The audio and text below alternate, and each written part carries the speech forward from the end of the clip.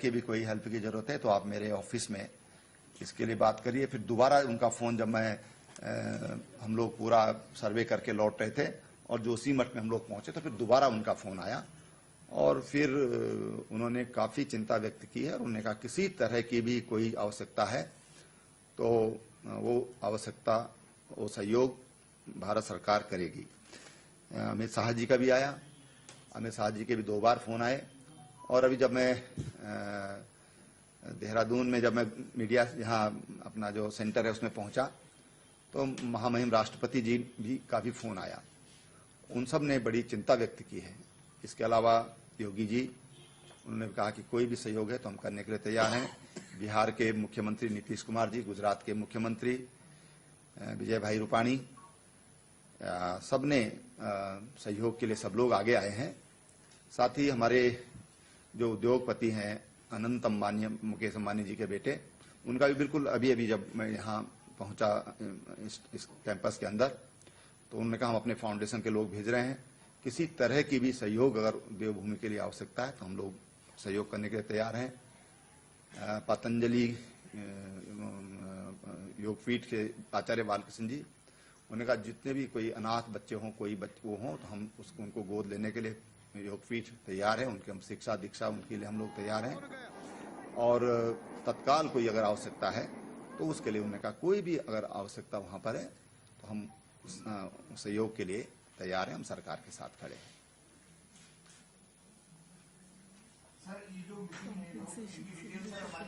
जो मैं तो 2 बातें मैं और कहना चाहूंगा। एक तो मैं मीडिया का धन्यवाद करना चाहूंगा इसलिए कि किसी तरह की भी कोई अफवाह फैलाने में जो फैल जाते हैं ऐसे मौकों पर और उसके कारण जो पैनिक क्रिएट होता है, मीडिया का मैं बहुत धन्यवाद करता हूं कि बहुत संभल करके और बहुत अच्छे तरीके से मीडिया ने साथ दिया है। उसके लिए मैं उनको बहुत जितनी भी मैं प्रशंसा करूं, जितनी भी मैं आपका धन्यवाद करूं, मैं समझता हूं कम होगा। और जितने भी हमारे अभी मृतक हैं उन सबको हम 4-4 लाख रुपए का मुआवजा ये राज्य सरकार देगी।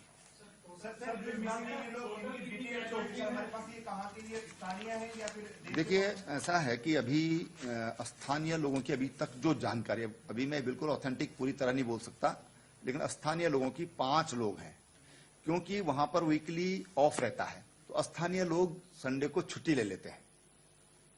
स्थानीय लोग भी काम करते हैं वहां पर, लेकिन आज वो अवकाश पर थे संयोग से सबके सब लोग, तो स्थानीय लोगों की जो 5 लोग जो रेणी गांव में हुए हैं उनमें 2 लोग तो इसके अलावा वहां पर 180 भेड़ बकरियां भी वहां पर इसमें बह गई हैं। 180, 30 एक की और 150 दूसरों की जो अभी तक जो जानकारी मिली है। और उनके जो चरवाहे थे वो भी उसमें चले गए। 1-2 महिलाएं घास वास काट रही थी तो चली गई। तो कुल मिला के 5 की वहां पर अभी तक अपुष्ट जानकारी वहां पर उसकी है। सर इस बात का असेसमेंट हो पाए कि हमें किस बात की जरूरत है, हमें किस चीज की जरूरत है? देखिए वहां पर अभी जो जरूरत है वो पूरी हमारे पास उपलब्ध है। डॉक्टर्स की टीम हमारे पास है, हमारे पास रेस्क्यू के लिए हमारे पास आईटीबीपी, एसडीआरएफ, एनडीआरएफ, सेना, ये सब हमारे पास है। हेलीकॉप्टर्स हमारे पास पर्याप्त मात्रा में है, आवश्यकता पड़ने पर उनका इस्तेमाल करने की जरूरत पड़ेगी तो उसका इस्तेमाल करेंगे। जो भी उसके लिए जो एक रेस्क्यू टीम चाहिए वो हमारे पास पूरी उपलब्ध है और उसके लिए जो एक्सपर्टीज चाहिए वो हमारे पास उपलब्ध है। कुछ पता लगता है सर कि इसमें किस वजह से ये? देखिए अभी कारण तो विशेषज्ञ का विषय है, विशेषज्ञ बता पाएंगे कि उसका कारण क्या था, लेकिन अभी सरकार का पूरा ध्यान जिन लोगों को हम जीवन दे सकते हैं, जिनका जीवन बचा सकते हैं, सरकार का पूरा ध्यान उनकी ओर है। सर यह बताया गया कि घटना जो है ये आप बता रहे 11:20 में आपको सोशल मीडिया में मिली, 10 बजे की घटना थी, 1 घंटा 20 मिनट। देखिए अभी घटना ऐसा है कि ये घटना 9:30-10 बजे की हो सकती है, लेकिन जो मुझे क्योंकि जिला प्रशासन भी उधर दौड़ा और हमारा जो ये जो हमारा आपदा प्रबंधन केंद्र है यहाँ पर खबर आ गई थी, लेकिन मैं बाहर था और एक्टिवेट हो गया पूरा। हमारे प्रिंसिपल चीफ सेक्रेटरी से लेकर के और तमाम हमारे सेक्रेटरीज लगातार संपर्क में, लगातार वो मुझे जानकारी दे रहे थे फील्ड से। और हम लोगों का संवाद, अभी जब मैं इधर इंटर कर रहा था तब भी मेरे को वहां से सूचना मिली, जब मीडिया सेंटर में मैं अंदर प्रवेश कर रहा था। तो लगातार संपर्क में है, संवाद बहुत बेहतर कायम है।